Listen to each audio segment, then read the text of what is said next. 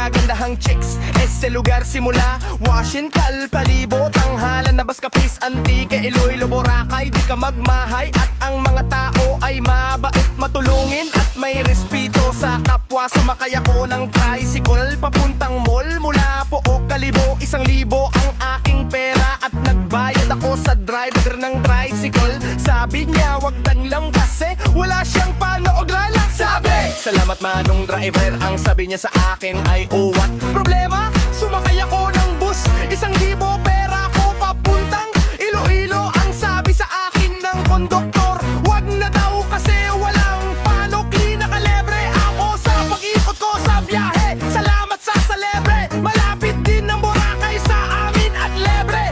Pamasahi, masaya ang lugar ng Kalibo, Aklan. At ang mga tao doon laging nakaniti, parang walang mga problema kahit talosas kita.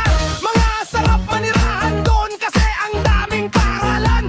Elementarya hanggang kolehiyo, di mahirap maghanap ng trabaho. Ay madali lang din mag-apply ng trabaho. Hugas plato kay aling din ang sana makahanap ako ng mapapangasawa doon kasi ang daming nagkagandahan. Binibini sa Kalibo, Aklan sana.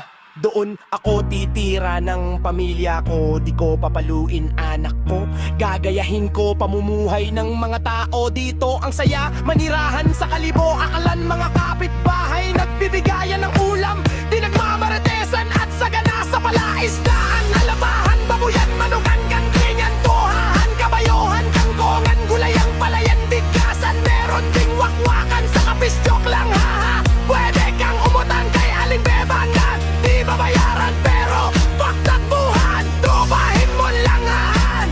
Kapitbahay mong lebre ulam sa umagahan, lebre kapsilogan kay aling ninang makwalis ka lang sa harapan. Lebre sa baho with extra rice, long silog, hap silog, hap silog, bang silog. Daing silog parat-parat ang imong itlog, haha.